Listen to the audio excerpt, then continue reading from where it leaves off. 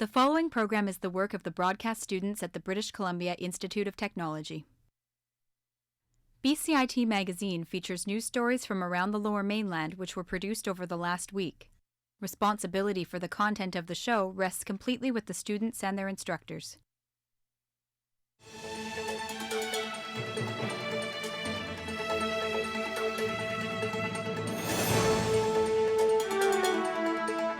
Today on BCIT Magazine, distracted drivers will now face harsher penalties. The recent windstorm causes more damage than just a power outage. And family members of Peter Degroot speak out about his death.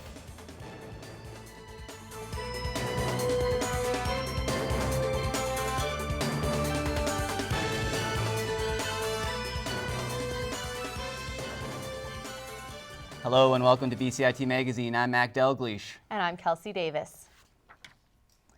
Canada is on heightened alert today after a soldier guarding the War Memorial in Ottawa was shot by a lone gunman. Following the shooting, the gunman, identified as Michael Z. Happy Bow, entered Parliament and was killed during a gunfight with RCMP and Parliament security. The officer shot at the memorial, Corporal Nathan Cirillo, later succumbed to his injuries. Zahapi Bow was recently listed as a high-risk traveler and had a criminal history in BC. He also reportedly worked and had ties to a mosque in Burnaby. That tragic shooting has led to increased security throughout Metro Vancouver. This includes TransLink, who sees a large number of travelers every day. With the increased security, commuters say they won't necessarily feel safer. Bigger police presence makes people nervous. You don't want people nervous on a mass because it's not good for the morale of people in the city. You've got to be happy to be here, right? The public can expect to see an increased presence of police officers and security staff at public buildings and events. While Transit says they did not receive any specific threats, they say commuters will notice more officers at stations along with police dogs. And some travelers think this was a welcome change. I mean, especially late at night, I'd say is when, well, for me anyways, is this time. So, yeah, personally, I think it's a good idea. TransLink and Vancouver police are encouraging anyone who sees something suspicious to not approach the subject and instead dial 911. Azi Kojouri is joining us now to tell us a little more about the aftermath in Ottawa. Azi, can you tell us what happened in the House of Commons this morning? Well, Mac, it was a rare scene on the floor of the Parliament as the Prime Minister crossed the floor to embrace opposition leaders in a show of solidarity. MPs are also giving a standing ovation to the Sergeant in Arms, Kevin Vickers, who is responsible with stopping the shooter. After all of this, there was a singing of the national anthem. That's great to see political controversy set aside through all of this. Now, in the aftermath of yesterday's shooting, we have been told that of heightened security throughout the country. Can you tell us more about that? I was told of increased security at airports across Canada. We're also hearing reports of increased security at BC ferries. We're also told of increased security at BC ferries. In Victoria, all parties have voted unanimously to install a metal detector in the downstairs entrance to the legislature. Back to you, Mac. The BC government is switching into high gear in the fight against distracted driving. Our reporter Michelle Morton has more. Is he text messaging or is she just simply looking at her phone? What is considered distracted driving? Not exactly. I know if you're touching your phone in any way, calling, texting, even just having it in your hand is legal by itself. So. If you touch your phone at all, it's distracted driving. So 2 hands on the wheel at all times. Actually, I know someone who just was caught looking down and got pulled over, so they're getting pretty serious about it. Police are warning drivers that simply holding your cell phone can cost you a ticket and 3 penalty points. So today, we met with the Coquitlam RCMP to clarify what exactly is distracted driving. We find out the traffic hotspots for distracted driving, and then we go to those hotspots at a particular time where it is more likely for people to be driving distracted. The RCMP says if you are using cell phones, iPods, or GPS systems, it counts as distracted driving. You could potentially get a $167 fine and 3 penalty points for holding your phone. The RCMP say the best place for your phone is in your pocket or bag and out of sight to avoid temptation of looking at it. I'm Michelle Morton in Coquitlam for BCIT Magazine. Metro Vancouver has experienced its first major windstorm of the fall, and some residents in Burnaby awoke to quite the scene in their neighborhood. My co-anchor Emad Agahi has more.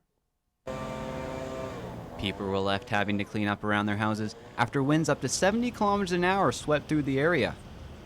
In Burnaby, this was the result of Mother Nature unleashing her fury, destroying a car and taking down the power lines. I think so somebody smashed one. I seen the tree and the pole out. I started screaming. No telephone, no light, nothing. Crews removed the tree from on top of the car early in the morning, leaving the remains and taping off the sidewalk. The events throughout the morning left many residents traumatized. I can't talk because I start shaking. I'm okay now.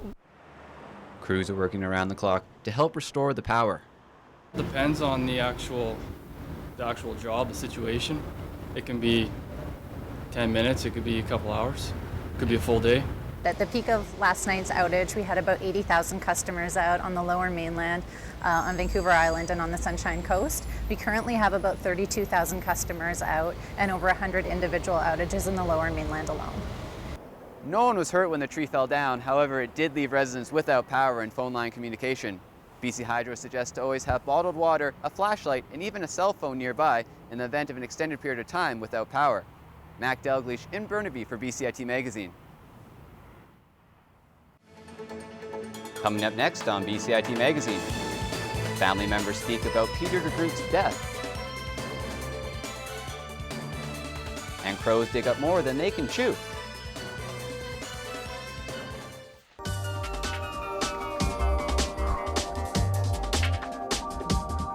I chose BCIT because I know that all the programs are very hands-on. We have our own radio station, like it's one of the best programs that I've ever heard of.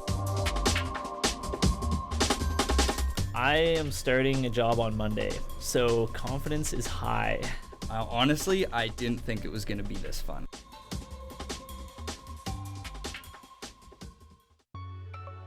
A defining moment for me was when I finished my first internship and got lots of really great feedback from industry professionals. I would have never imagined I'd be walking into the floors of TSN and thinking, I'm not a student anymore, I'm here to work. I will be starting a job with an investigative news program in Toronto, and I'm really excited to see that grow into what will become, hopefully, my dream job. BCIT broadcast and online journalism, putting you to work.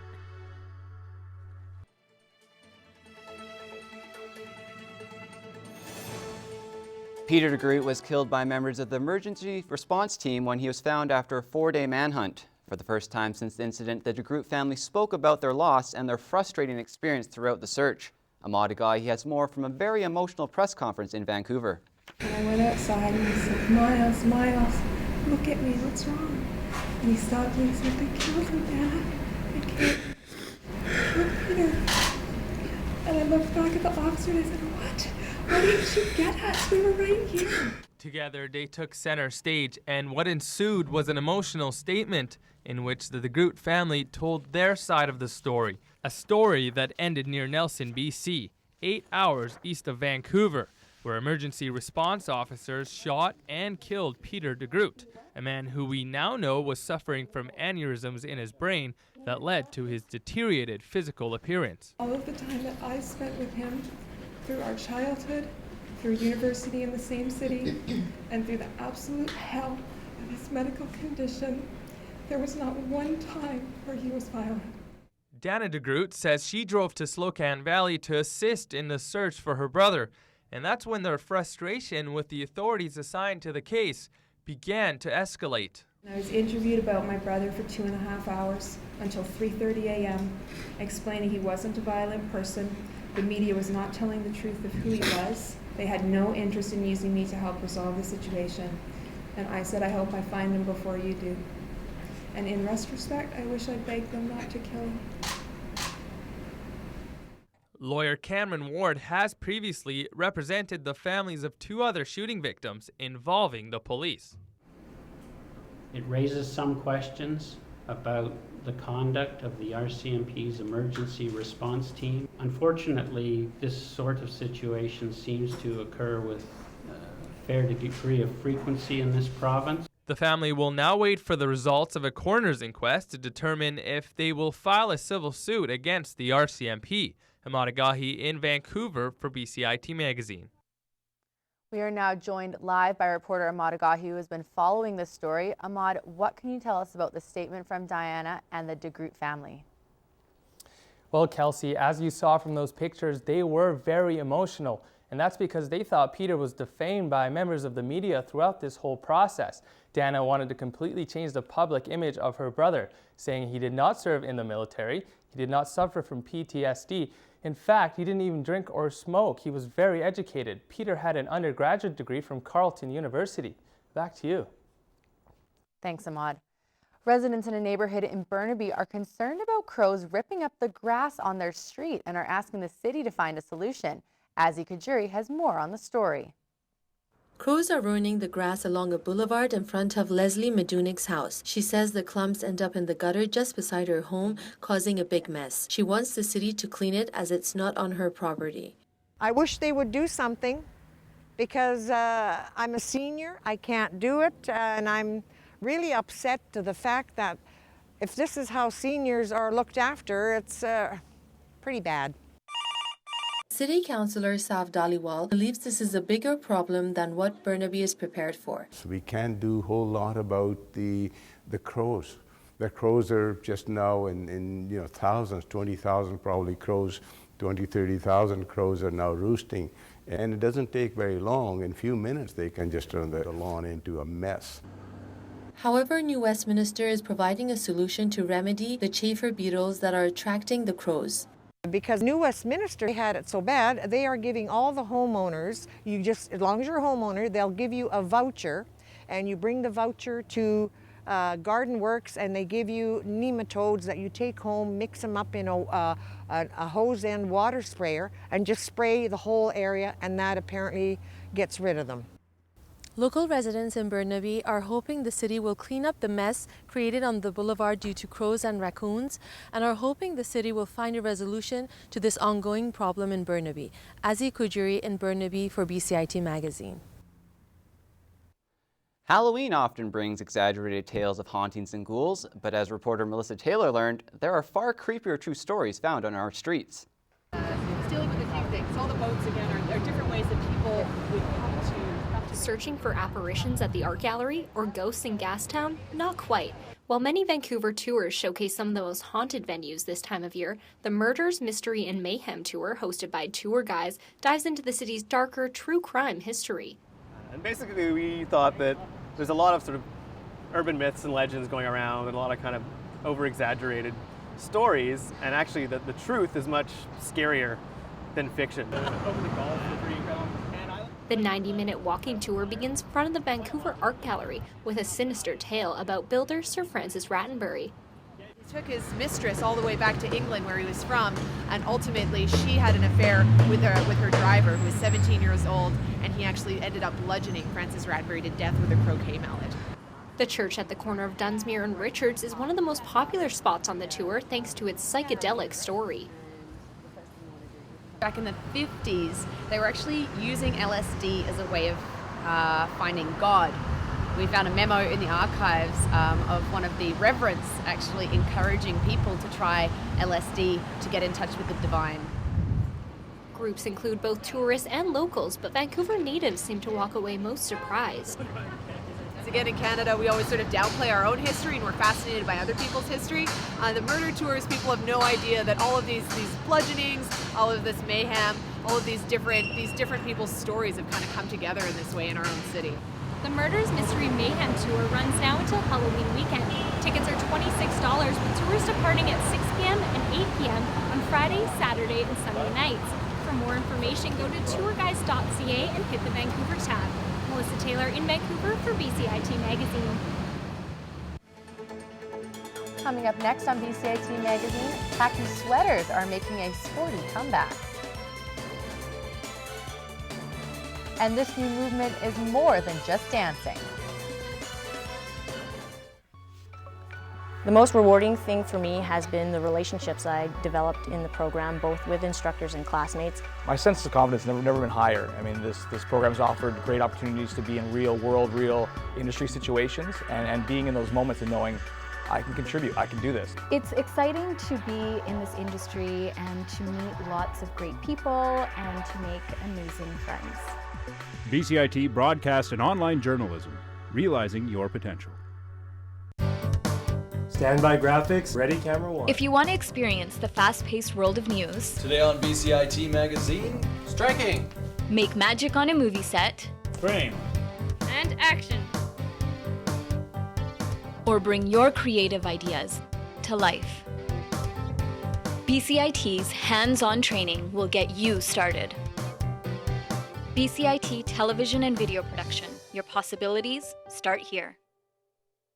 Welcome to a special Halloween edition of Community Calendar. I'm Johnny Bloody Kidney. And I'm Lauren Spooky Sunstrom. Freak out at Dooms Nights on Friday and Saturday at the Pacific Coliseum. Enjoy eerie electronic music from DJs such as Dash Berlin and Audio Freak.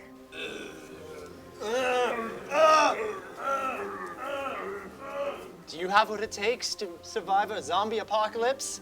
Well, then maybe on Death's Door, the plague of a zombie syndrome might be for you.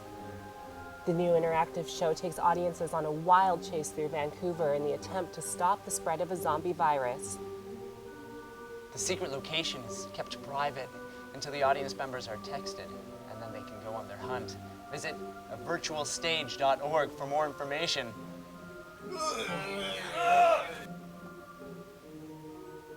With over $100,000 worth of animatronics along with live actors, you're guaranteed to jump out of your shoes, and with good cause. Entry is by donation, and proceeds go to the Ronald McDonald House.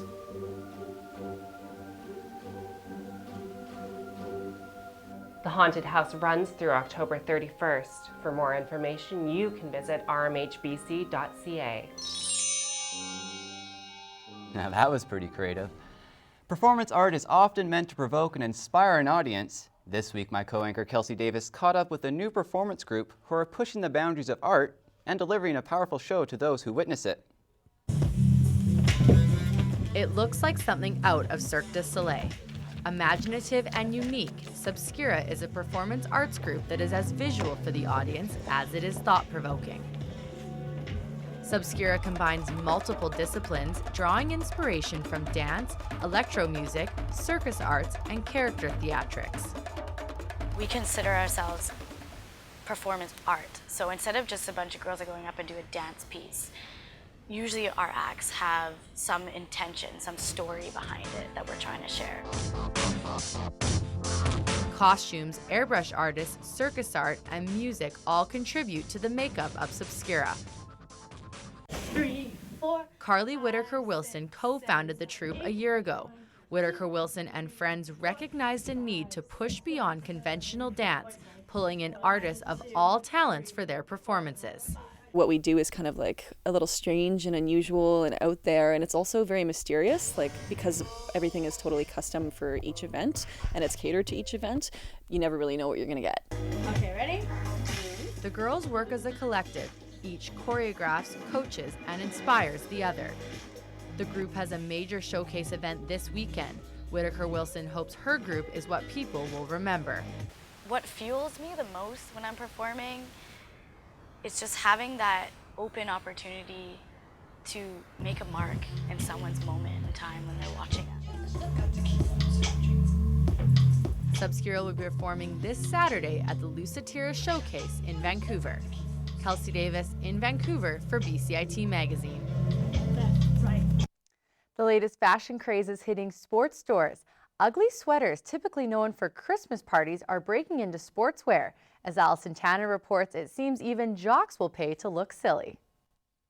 You could wear it to the game, you could wear it to a Christmas party, you could wear it at Christmas dinner, and they've been flying off the shelf. In a year where local team jerseys aren't selling, the hottest new purchase at Vancity Sports are these ugly sweaters. have the Toronto Maple Leafs, Vancouver Canucks. In less than a month, John Svelka has already sold 100 sweaters. We posted these on our Facebook in June, and the response we got was so overwhelming that we had to double our shipments. Happy holidays, Canuck fans. Last Christmas, the Canucks tried on the fashion trend. The craze for the ugly Christmas sweaters has been quite strong last year, so they sort of brought out the licensed ones for hockey and NFL.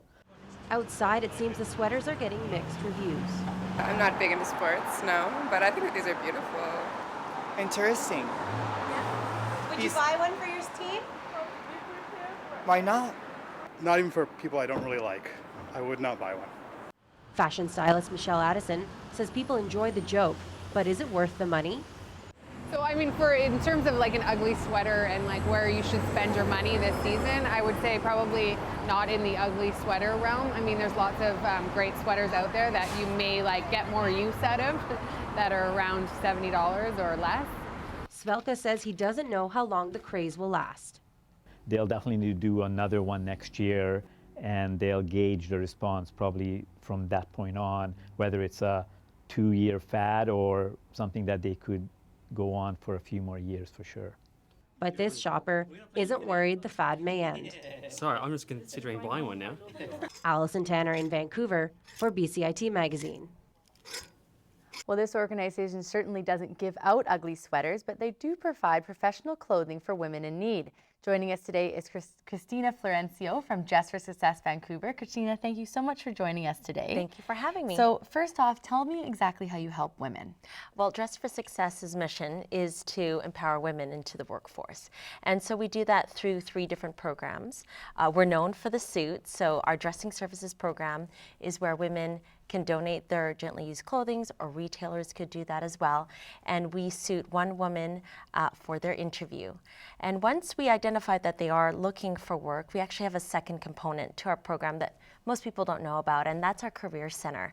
And that consists of HR specialists who are all volunteers, and they meet with our clients one-on-one.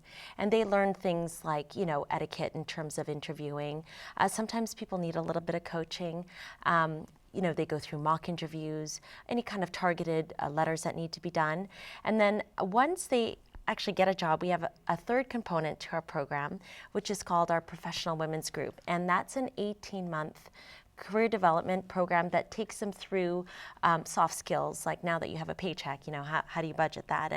And really the goal is to give them mentorship and also to give them a network of support so that they're able to grow and succeed. So we do more than just suiting. That's wonderful. Where are the clothes coming from?